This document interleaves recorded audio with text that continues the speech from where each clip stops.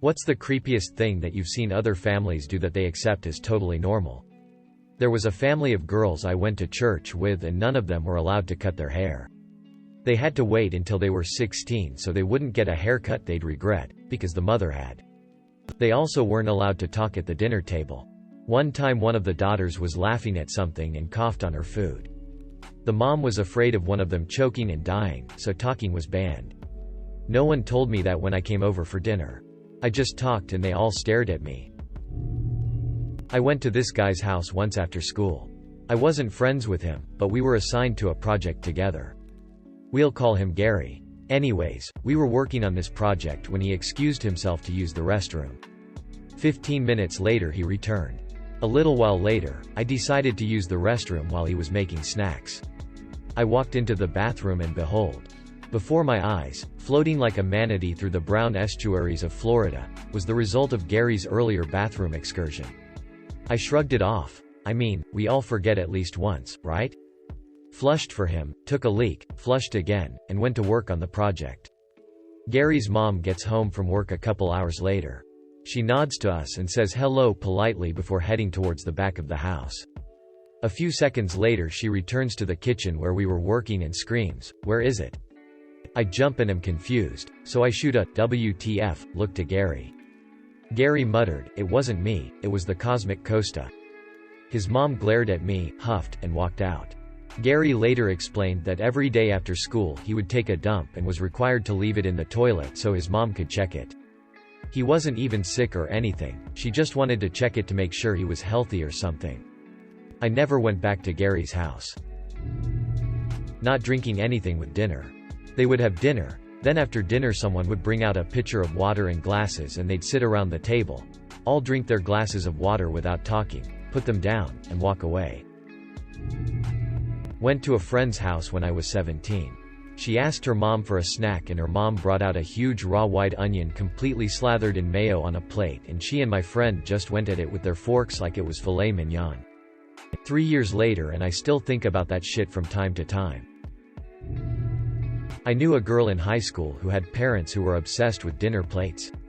They had such a huge collection of collectible plates in their house that every room was full of them on display. Their entire house was basically a library set up for these things. Her bedroom was a mattress on the floor surrounded by display cases of plates. You couldn't even lean on any wall, they were all like this. The last time I went over there I knocked one off the wall by mistake. I caught it and it didn't even break, but my god, the rage her dad flew into was fucking horrifying. He was inches away from punching me. Never went back. They tried to nervously laugh it off like, haha, good old dad being funny, ha ha ha. The one time I asked my friend why they had so many, she went on a passionate tangent about all the cool plates they had and why they were so awesome. It went on for an hour.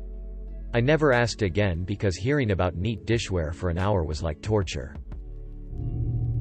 An old friend's mum was completely paranoid that Al-Qaeda would storm the small British town they lived in. Her solution? Have a massive bomb shelter built under their house. Not the weird part though. About 5 times a year, she would spend literally thousands and thousands of pounds on groceries to stock the shelter with.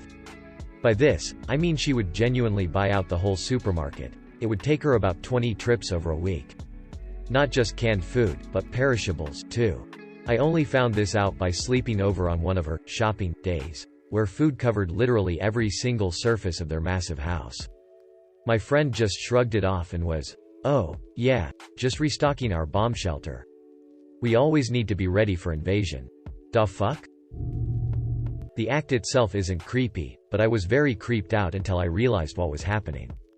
I was at my so's house, and her mom was cooking and said, "I think it's about that time." Immediately the entire family, mom, dad, and 6 siblings, started simultaneously mumbling something I couldn't understand. After they finished and saw the look on my face, my so said they just said grace, but everybody is in a rush to eat, which is why I couldn't hear what they were saying. I thought they were going to sacrifice me. I am told it is a little disconcerting at first, but people warm up to my very mixed family. Here is the background. Both of my parents have divorced parents that never spoke to each other and never wanted to be like that when they divorced. So we have large family get-togethers where all my siblings and all my step-siblings hang out with my mom, dad, stepdad, and stepmom. This includes international vacations, various birthday parties, and Valentine's Day. We just all get along and we are from a small town. It's especially helpful because last year my stepmom was paralyzed from the chest down and my mom helps take care of her. I went to a friend's house and we put some cartoons on. While we were watching, I asked him a question but he didn't respond. He was fixated on the TV, absolutely glued. His childminder just laughed. "Oh, he'll be like that all evening now."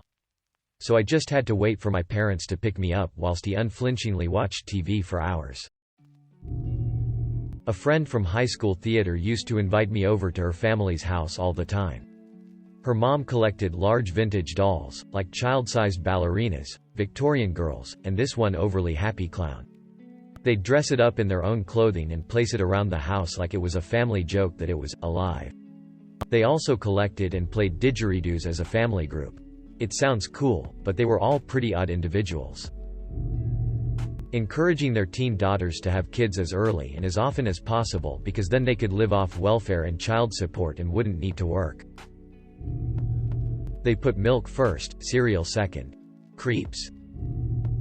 Not other family, but still, one day my parents decided I'm big enough to start coming back home from school on my own.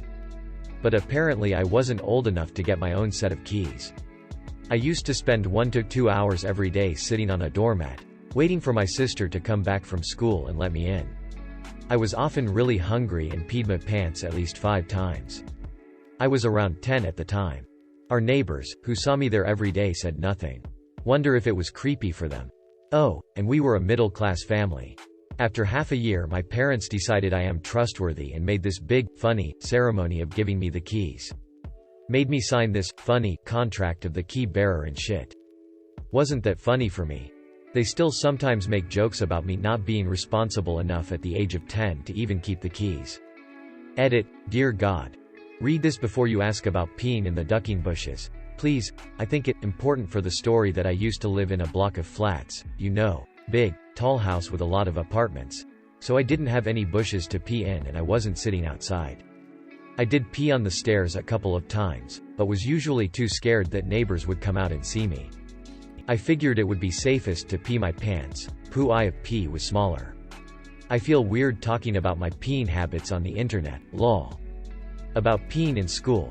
I know it sounds stupid that I didn't do it, but using restrooms in my schools was really scary, especially for younger kids. The locks was often broken and older girls would just go inside and open every stall, laughing at anyone inside. I would have to wait for the next lesson to start and that would leave me longer in a bullying school.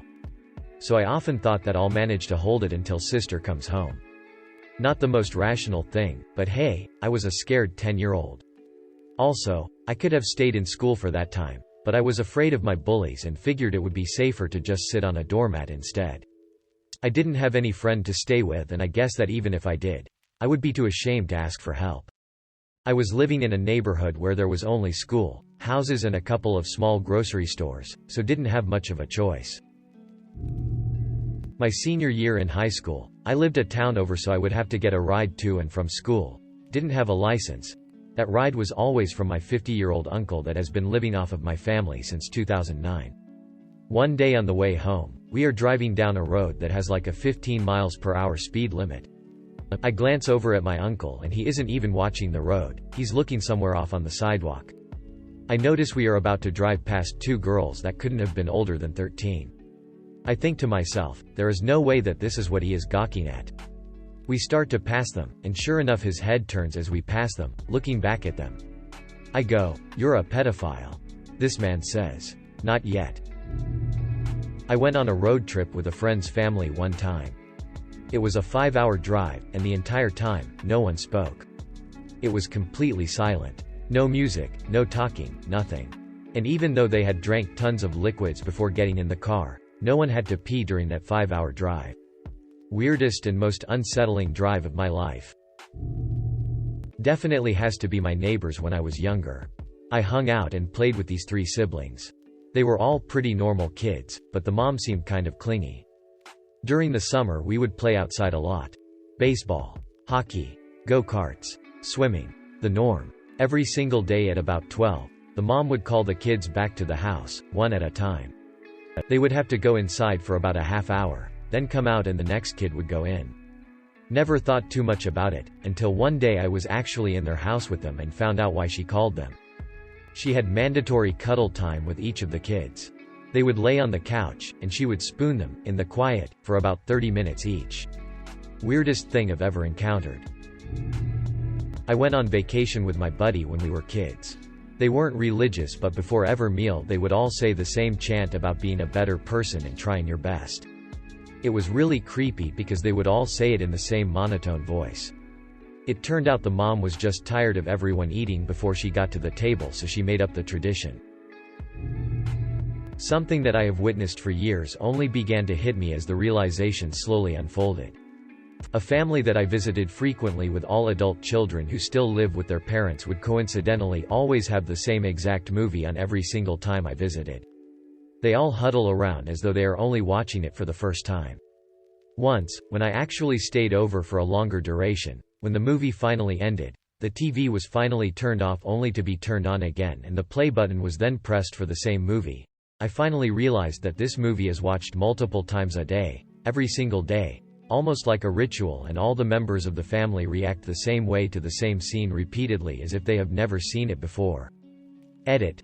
For all those asking what movie, it was called, Just Ask My Children.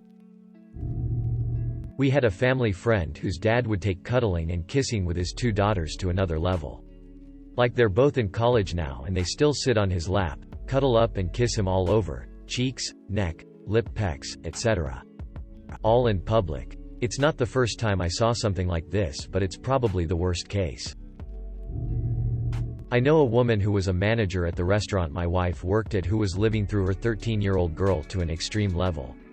The girl would come up to the restaurant from school and her mom would trash her for how shitty her makeup was and ask her how she expected to get Brent or Jason or whoever looking like that. 90% of what she talked about with coworkers was her daughter's school drama. She would read her texts, give her strategies and things to say, etc. Always trashing her appearance or telling her she needed to dress sluttier before going to the football game and weird shit like that. Talked about how she encouraged boys coming over and how she liked to spy, eavesdrop, and with a twinkle of pride, told us how she walked in daughter's room recently and found her coming out from under the covers in her bed this boy was in. Right in the middle of a possible BJ.